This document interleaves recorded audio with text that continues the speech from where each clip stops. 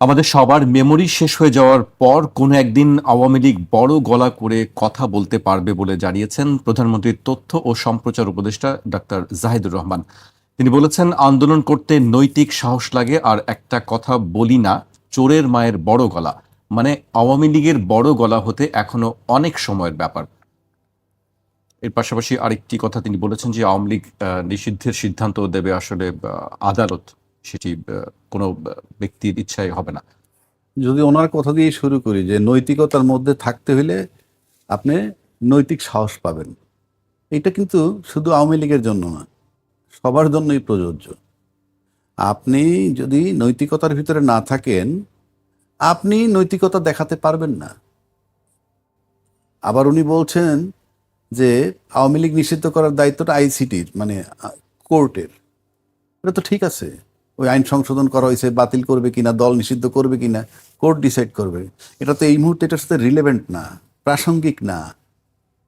আপনার দল নিষিদ্ধ হয় নাই, পরিষ্কার, আজকে পর্যন্ত দল পরিষ্কার আছে। ওনরাই আবার বলছেন আওয়ামী লীগ কিন্তু স্থানীয় নির্বাচনে নির্বাচন করতে পারবেন, বলছে তো। আবার যাদের বিরুদ্ধে অভিযোগ নেই, শর্ত সাপেক্ষে যাদের বিরুদ্ধে অভিযোগ নেই তো ভেক্টার, যাদের বিরুদ্ধে অভিযোগ নেই তারা বাদে 50,000 লোকের বিরুদ্ধে অভিযোগ আছে। আওয়ামী লীগ তো 50,000 না। সুতরাং আপনি বৈধ করে দিচ্ছেন, একদিকে তার কার্যক্রম নিষিদ্ধ। আপনার তো আর একটা দিক বলার দরকার নাই, কারণ স্থানীয় সরকার নির্বাচন তো হবে প্রতীক ছাড়া। তো প্রতীক ছাড়া নির্বাচনে যে মনে হয় সে হোক, আপনার বলার দরকারটা কি? You are creating problem, or you are giving একটা মেসেজ দিচ্ছেন করো নির্বাচন। এটা তো দুই দিকে খেলা বলে এটাকে। এটা নৈতিকতার ভিতরে পড়ে না। যেই নৈতিকতা উনি বললেন, ওনারও নৈতিকতার মধ্যে পড়ে না। আমি মনে করি এটা অতিরঞ্জিত বাড়াবাড়ি কথা ওনার। আপনি ওয়েলকাম করবেন কেন তাদেরকে? যে যারা, আপনি যখন প্রতীক থাকবে না তখন তো কে করে না করে। এখন ওবায়দুল কাদের সাহেব যদি এসে উপজেলা নির্বাচন করে তাহলে তো সবাই চিনবে তারে, তাই না? কিন্তু ওবায়দুল কাদের বিহীন যারা, যাদেরকে শরীফ ভাই চেনে না, বলুক না শরীফ ভাই কয়জন আওয়ামী লীগের লোকরে চেনে? সারা বাংলাদেশে 500 লোকের চেনেন, কথার কথা। সুতরাং সে যদি প্রতীক ছাড়া দাঁড়াক, এটা তো আমার বলার দরকার নাই। এইবার আসেন আপনি, আওয়ামী লীগ মাঠে নামতে পারবে কিনা, বা কি বললেন বড় গলা। আওয়ামী লীগের বড় গলা হতে আচ্ছা, অনেক সময় লাগবে। একটা জিনিস মাথায় রাখেন যে এই আওয়ামী লীগ নাম ছিল, আর তখন ক্ষমতায় ছিল পাকিস্তানের মুসলিম লীগ, তাই না শরীফ ভাই? জি। আমি যদি ভুল না করি, সেখানে আমাদের বৈষম্য নিয়ে লড়াই হইল। ইনফ্যাক্ট লড়াইটা হলো বৈষম্য, পক্ষপাতিত্ব। যেমন আমার দেশ থেকে নিউজ প্রিন্টের এই পাট টাট সব যাইতো, এরপরে যে কাগজটা তৈরি হয়ে আসতো আমরা অনেক বেশি দাম দিয়ে কিনতাম। মানে এরকম বৈষম্য, বিভিন্ন বিষয়ে বৈষম্য ছিল নাকি শরীফ ভাই? বৈষম্যগুলো ছিল। সেই বৈষম্য থেকে আমাদের আন্দোলন শুরু। সেখান থেকে একটা পার্টি হইল পূর্ব পাকিস্তান আওয়ামী মুসলিম লীগ। এটার প্রতিষ্ঠাতা সভাপতি ছিলেন ভাসানী সাহেব। সময়ের ব্যবধানে শর্টকাট বলি, এত বড় লম্বা ইতিহাসের কারণ নাই এখানে।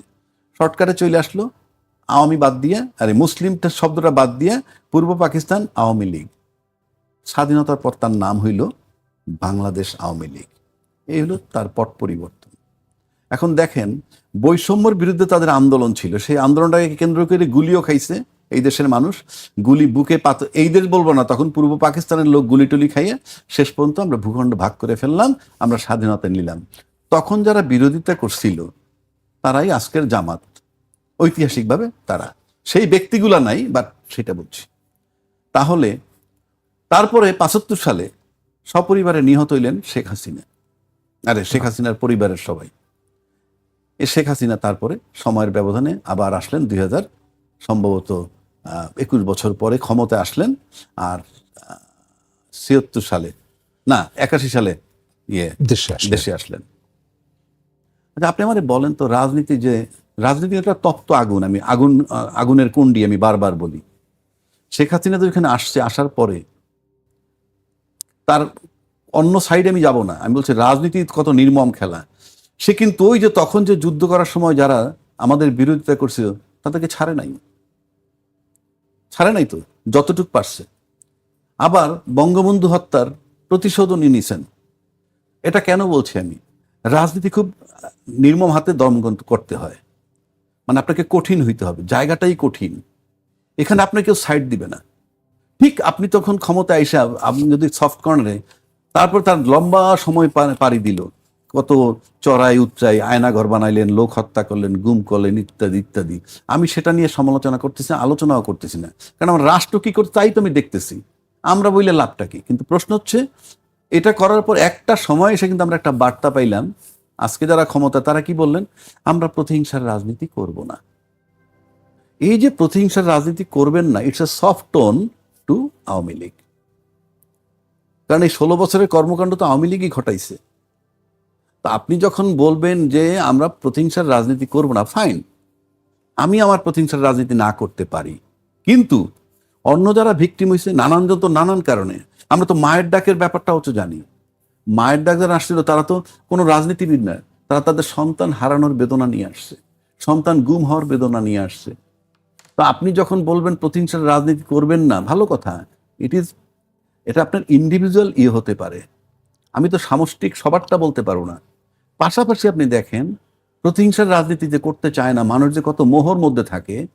আপনি ইলিয়াস আলী গুম হয়েছে, তার ওয়াইফ কিন্তু পার্লামেন্টে আছে। মতিউর রহমান নিজামীর ছেলে বোধহয় আরমান নাকি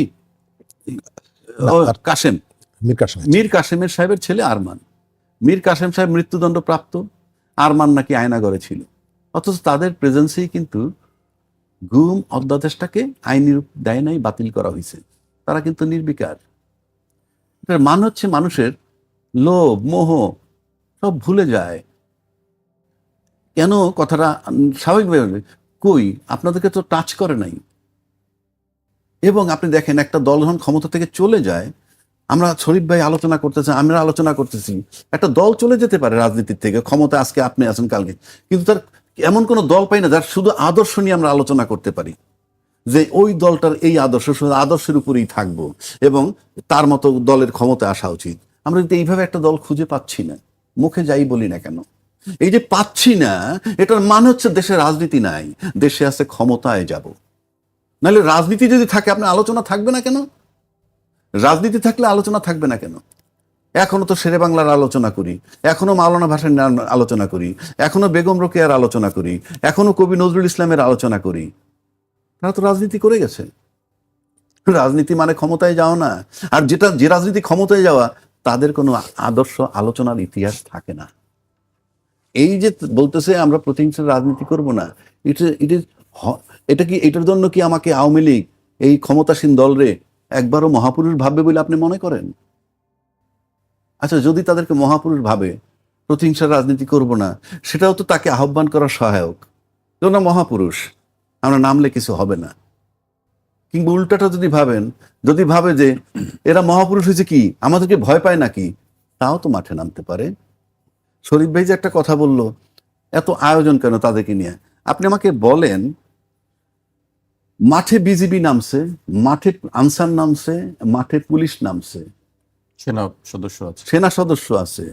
আপনি আজকে 23শে জুন চট করে এদেরকে নামায় দেওয়ার মতো কি ঘটনা ঘটছে?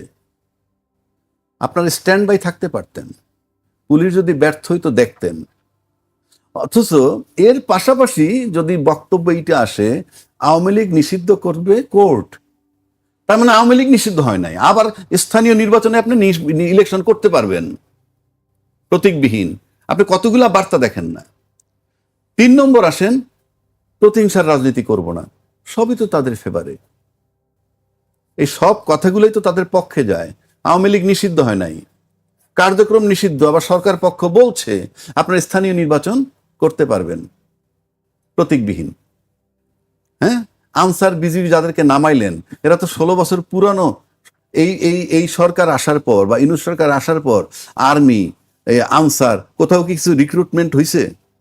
আমি কথার কথা বলছি, তো সেই পুরনোই তো। এখন যদি 2 দল মারামারি করে, কথার কথা বলছি, 2 দল যদি মারামারি করে, ওরা যাবে কোথায়? এই বিজিবি আনসার, এটা তো সেই আওয়ামী লীগের। আবার তাদের জন্য নির্বাচন নিষিদ্ধ না, স্থানীয় নির্বাচন সামনে আসেই তো। স্থানীয় নির্বাচন যদি নিষিদ্ধ না হয়, আমি প্রচার করব না কেন? নির্বাচন মানেই তো প্রচারণা।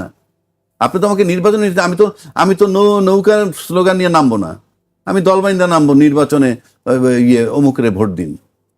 বিষয়গুলো কি? এটা কি ভীতু তারা, না মহাপুরুষ হইতেছেন? আপনি মহাপুরুষ হন আর ভীতু হন, 2টা সুবিধাই আওয়ামী লীগ পাবে। খুব পরিষ্কার। এইবার আসেন, দুইটাই বলছেন যে ভীতু হলেও সুবিধা পাবে, মহাপুরুষ হলেও মহাপুরুষ হলে আমার কিছু বলবে না। আমি যদি বলতেছি না আমি প্রতিহিংসার রাজনীতি করব না, আমরা এটা চাই না, তাহলে প্রতিহিংসার রাজনীতি না কেন? আপনার 16 বছর সমস্ত কর্মকাণ্ড প্রতিটারই তো আইনি বিচার হয়, প্রতিটার তো আইনি বিচার হয়। আপনি একটা দেশের বিডিআর হত্যা হয়েছে 57 জন আভ্যন্তরীণ ভাবে, এই দেশটার সার্বভৌমত্ব তো নাই, মানে ইন্টারনাল সার্বভৌমত্ব নাই। আবার যদি ধরেন এক্সটার্নাল রোহিঙ্গা ঢুকছে 10 লাখ, তাহলে আপনি যদি আর্মির রোলটা আনেন, দেশের ইন্টারনাল সার্বভৌমত্ব এক্সটার্নাল সার্বভৌমত্ব যদি ধরেন, তাহলে এটার দায়িত্ব কার? Army, finally army. আচ্ছা, তাহলে 57টা অফিসার মারা গেল, আমরা আমাদের প্রোটেকশনে ব্যর্থ। আমাদের কাছে কি সিগন্যাল ছিল না? আমার তো জানতে হবে, বুঝতে হবে আমি ব্যর্থ।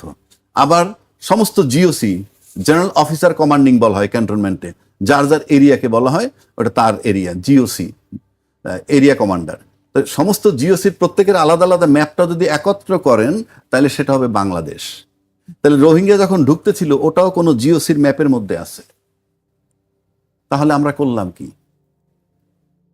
পাশাপাশি আপনি এখন লেটেস্ট ইন্টারনাল আসেন, লেটেস্ট ইন্টারনাল আসলে আমরা বহু বিষয়ই তদন্ত করি। যেমন ধরেন সম্প্রতি কথা আসছে যে মায়ের ডাকের কথা বললাম। আচ্ছা, এই যে একটা সম্প্রতি হয়েছে যে বাংলাদেশে একটা হিন্দু প্রদেশ বানানো হবে, প্রয়োজনে সব হিন্দু একত্রিত হবে। আপনি যেই বলুক না কেন, আপনি যদি স্বাধীন রাষ্ট্রের ভিতরে জিনিসটা চিন্তা করেন, রাষ্ট্রদ্রোহী হয়েছে আমি বলবো না, যে রাষ্ট্রদ্রোহী এই মুহূর্তে হয়ে গেছে ধরে নিলাম, কিন্তু আপনি যদি একটা অঞ্চলকে বলেন যে এইটাকে আমি এই হিন্দুদের প্রদেশ বানাবো, এখানে তো শুধু হিন্দু নাই, এটার মানে হচ্ছে এক্সচেঞ্জ করতে হবে। এখানে যে মুসলমান আছে তাদেরকে বের করে দিতে হবে, বাংলাদেশের অন্য জায়গায় যে হিন্দু আছে তাকে এখানে ঢুকাইতে হবে, তাইলে না হিন্দু প্রদেশ হবে। এই যে সিদ্ধান্ত, এই যে বক্তব্যটা উনি দিলেন, কতখানি অপরাধ হয়েছে আমি বিবেচনায় নিলাম না, কিন্তু তাকে তো জিজ্ঞাসাবাদ করতে পারে।